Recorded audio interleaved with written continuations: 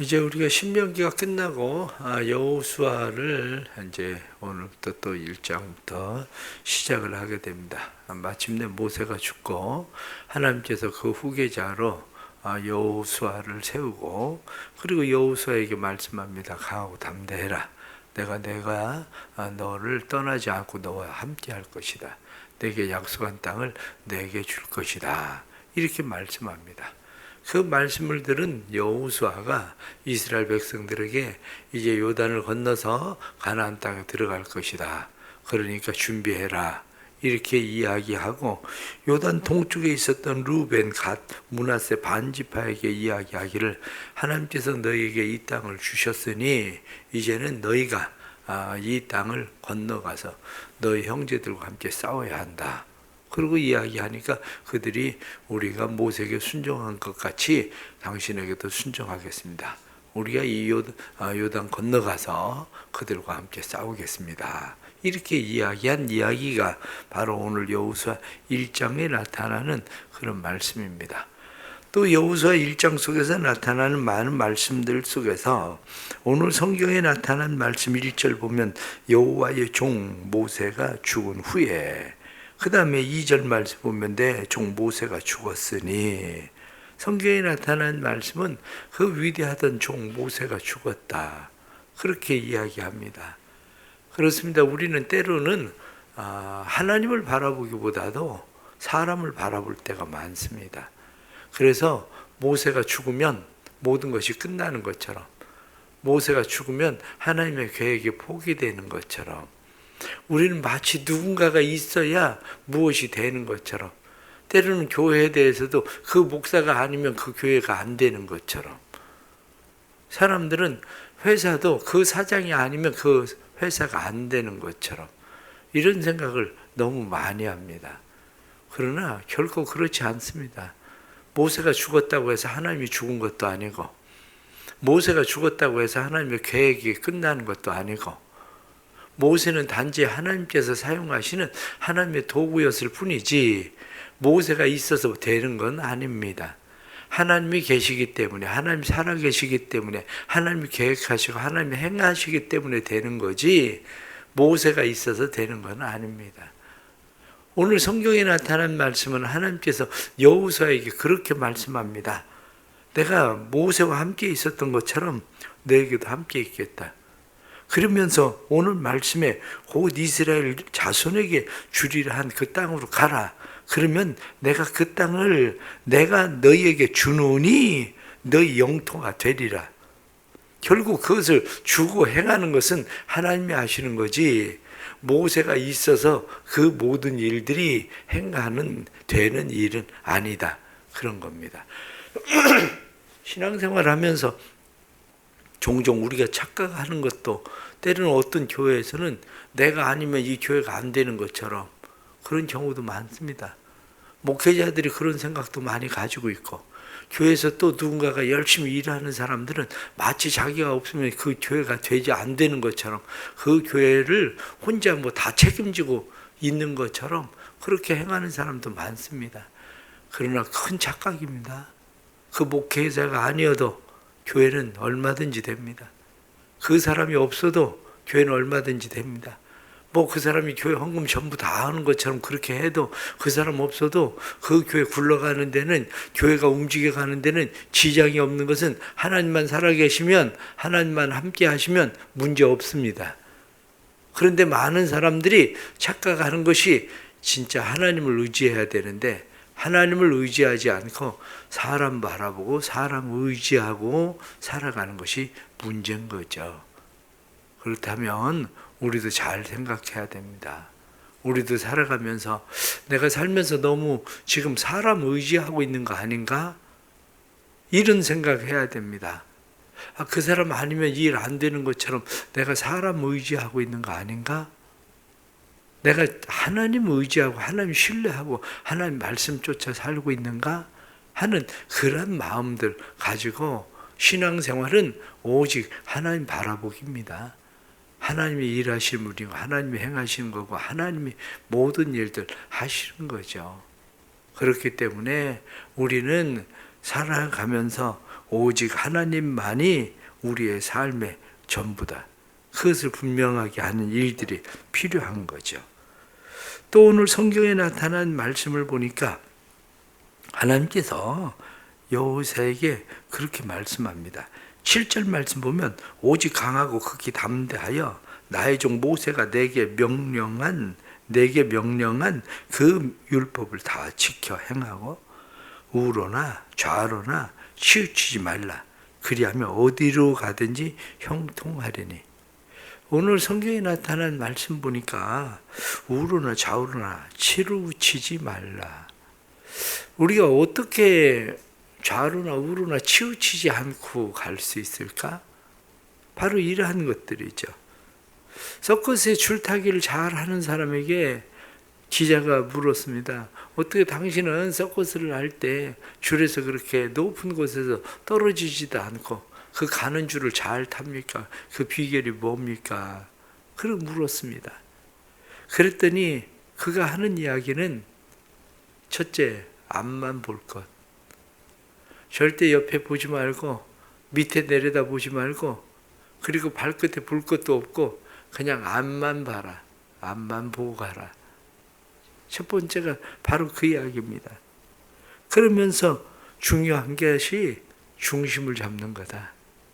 앞을 잘 보고 자기 몸의 중심을 잘 잡는 거. 그렇습니다. 중심 잘 잡고 가라. 세 번째는 떨어질 거 염려하지 말고 떨어지지 않는다는 믿음, 신념을 가져라. 그리고 담대해라. 떨어질 거라고 염려하면 떨어진다는 거야. 그런데 떨어질 거라고 염려하지 말고 그냥 떨어지지 않는다는 믿음과 신념을 가지고 그냥 가라. 네 번째는 꾸준히 연습해라. 그거예요. 그러니까 서커스를 잘 하는 사람이 줄에서 떨어지지 않는 것은 앞 쳐다보고 자기 중심 잘 잡고 그리고 떨어지지 않는다는 믿음 가지고 그리고 계속 연습한다는 거죠. 신앙생활도 마찬가지입니다. 우리가 신앙생활을 하면서 어떻게 좌로나 우로나 치우치지 않는 한마디로 떨어지지 않는 그러한 믿음을 생활을 할 수 있을까? 그거죠. 몇 가지가 있는데 그 가장 첫째가 뭐냐면 목표를 분명히 알아. 그거예요. 앞만 보고 가는 것처럼 신앙의 목표가 분명해야 됩니다. 신앙의 목표는 이 땅이 아닙니다.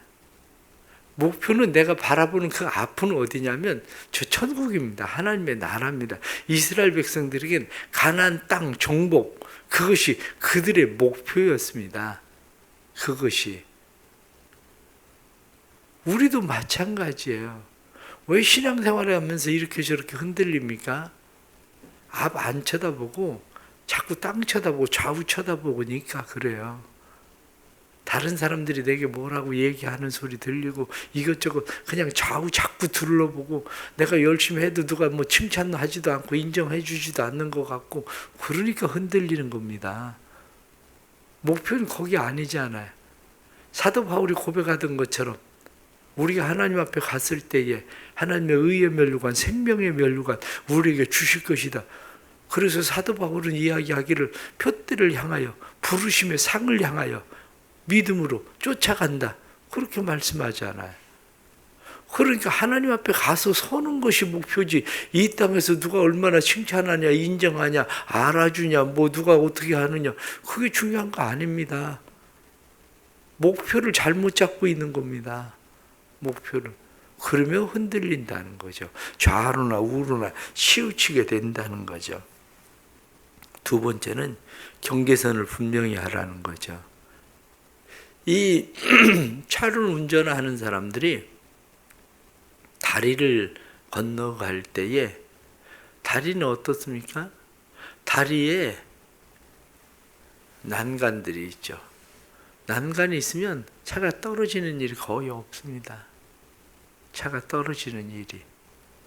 그리고 난간이 없어도 줄만 띄워놔도 사람들은 다리 밑으로 떨어지지 않는다는 거예요. 그런데 아무것도 없이 다리만 그냥 만들어 놨다고 생각을 해보세요. 차가 가다 통 떨어지고 사람도 가다 떨어지고. 왜 그렇습니까? 경계선이에요. 경계선.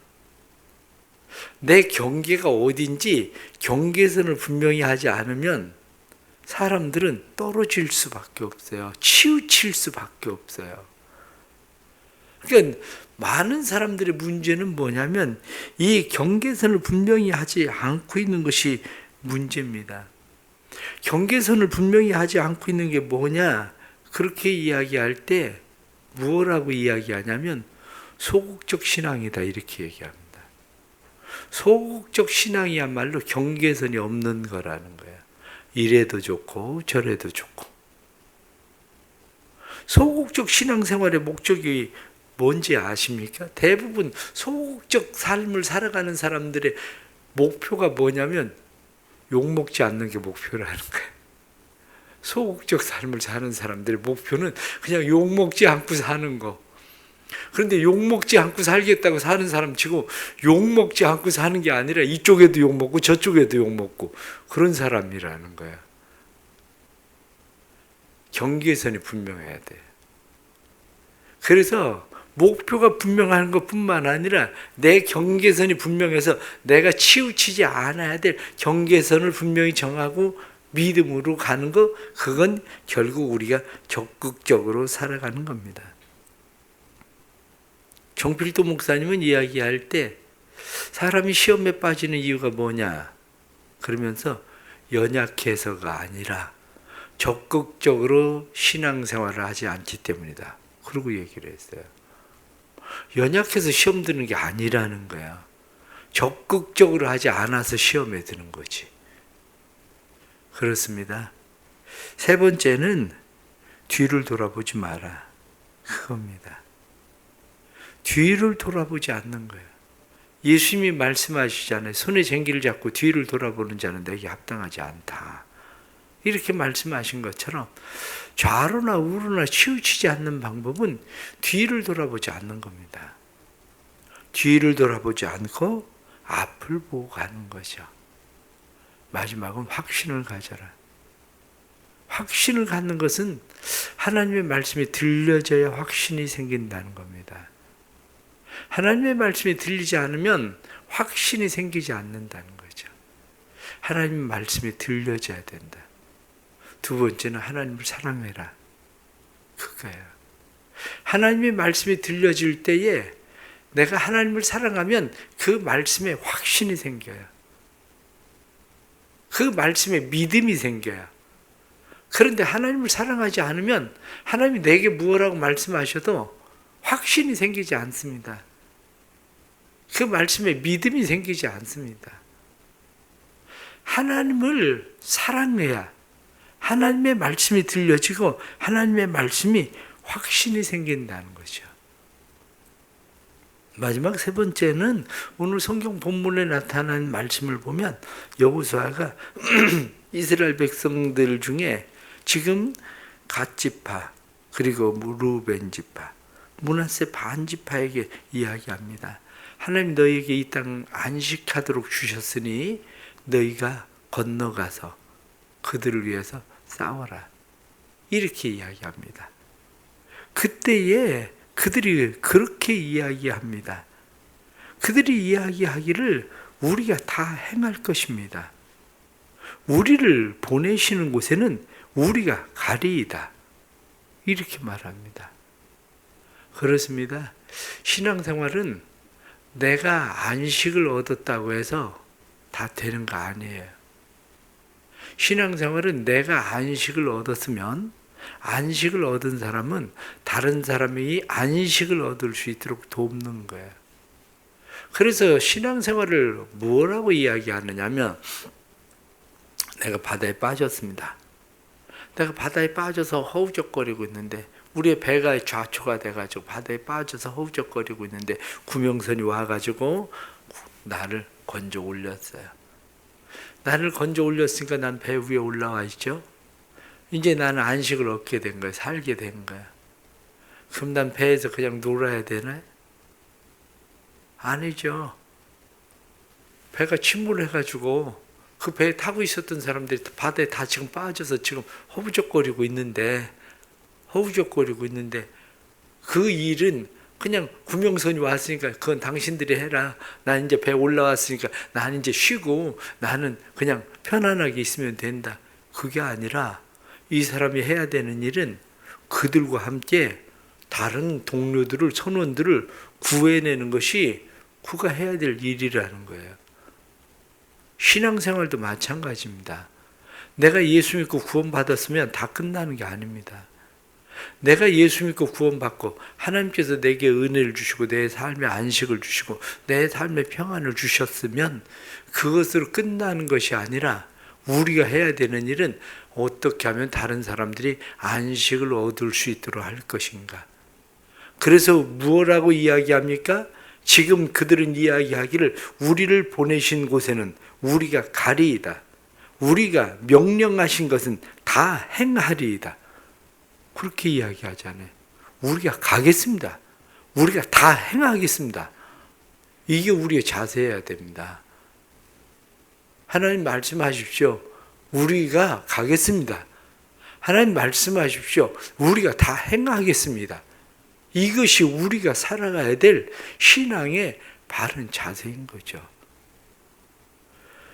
하나님께서 은혜 주셔서 우리의 삶이 그렇게 되길 바랍니다. 그런데 오늘 참 놀라운 이야기를 하고 있습니다. 18절에 나타난 말씀을 보면 뭐라고 이야기하냐면 누구든지 당신의 명령을 거역하며 당신의 말씀을 순종하지 아니하는 자는 죽음을 당하리니 오직 강하고 담대하게 하소서. 하나님이 여호수아에게 강하고 담대해라, 내가 너와 함께 하겠다, 이렇게 말한 것만이 아니라 하나님께서 지금 요단 동편에 루벤, 갓, 므낫세 반지파를 통해서 이야기하기를 강하게 하십시오, 담대하게 하십시오. 누구든지 당신의 명령 거역하고 순종하지 않으면 죽을 겁니다. 죽일 겁니다. 이렇게 오히려 여호수아를 격려하고 여호수아를 일으켜 세운다는 거죠. 그렇습니다. 때로는 우리가 하나님만 바라보고 신앙생활을 합니다.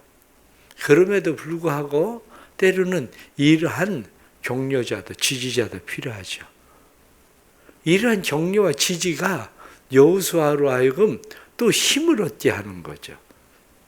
하나님의 음성 분명히 믿고 강하고 담대하게 해야 되고, 뿐만 아니라 여호수아가 하나님께서 약속하신 땅을 하나님께서 내게 다 주시리라는 믿음도 가지고 있습니다. 그런데 그 믿음에 더한 것이 뭐냐면 지금 루벤, 갓, 므낫세 반지파가 걱정 마십시오. 우리가 당신 편입니다. 우리가 당신 편이고 당신 명령 순종하겠습니다. 당신이 가라고 하는 곳에 가겠습니다. 우리가 가는 것뿐만 아니라 당신 말 듣지 않고 순종하지 않는 사람들이 있으면 그 사람들은 죽을 겁니다. 이렇게 이야기하면서 우리가 가겠습니다. 우리가 당신의 지지자입니다. 이렇게 이야기하고 있다는 거죠.